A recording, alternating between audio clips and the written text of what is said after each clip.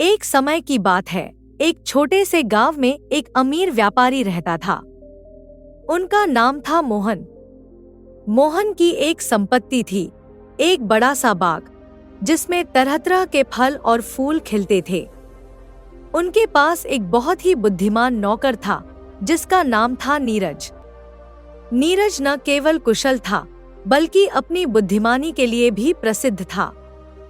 एक दिन मोहन ने नीरज से कहा, मैं चाहता हूं कि तुम मेरी बाग की देखभाल करो, लेकिन तुम जानते हो इस बाग में बहुत सारे फल हैं और तुम्हें इसे सही तरीके से संभालना होगा। नीरज ने मुस्कुराते हुए कहा, जी मालिक, मैं पूरी कोशिश करूंगा। कुछ समय बाद गांव में एक बड़ी समस्या आ गई।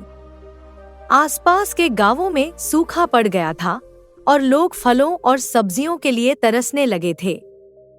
मोहन ने सोचा कि अगर वह अपने बाग के फलों को बेचे तो उसे अच्छी कमाई होगी, लेकिन वह चिंतित था कि लोग उसकी संपत्ति पर नजर न डालें। उसने नीरज से कहा, तुम्हें मेरी सुरक्षा करनी होगी, कोई भी इस बाग में प्रवेश न कर सके। नीरज ने विचार किया और एक योजना बनाई। उसने बाग के चारों ओर एक बाड़ बनवाने के लिए कुछ लकड़हारे बुलाए। जब बाड़ बन गई तो नीरज ने गांव के बच्चों को बुलाया और उन्हें एक खेल में लगा दिया। बच्चों को उन्होंने बताया कि बाग में एक रहस्यमय खजाना छिपा है। अब बच्चे रोज बाग के पास आते और खेलते।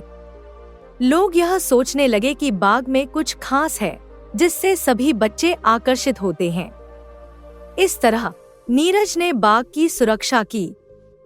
लेकिन नीरज ने सिर्फ सुरक्षा ही नहीं की, बल्कि उसने कुछ फलों को भी गांव के गरीबों के बीच बांटने का निर्णय लिया। धीरे धीरे नीरज की बुद्धिमानी के कारण गांव वाले उसकी सराहना करने लगे। लोग मोहन से यह कहने लगे कि उनका बाग न केवल सुंदर है, बल्कि उसमें बहुत दया और जेनरोसिटी भी है। एक दिन मोहन ने गांव के मुखिया को बुलाया और कहा, मेरे बाग की सुरक्षा के लिए तुम्हारे बच्चों का खेल बहुत अच्छा है, लेकिन मैं चाहता हूँ कि तुम मेरे फलों को भी खरीदो।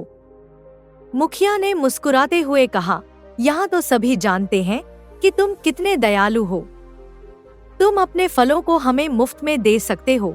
मोहन ने नीरज की ओर देखा और कहा, यह सब तुम्हारे कारण है नीरज, तुम्हारी बुद्धिमानी ने हमें यहाँ तक पहुँचाया। इस पर नीरज ने कहा, मालिक, मैंने सिर्फ अपने दिमाग का इस्तेमाल किया। यह बाग आपकी मेहनत और दया का फल है। कुछ दिन बाद गांव में एक बड़ा मेला हुआ। मोहन ने अपने बाग के फलों को मेले में बेचने का निर्णय लिया। उसने नीरज को इस कार्य के लिए चुना।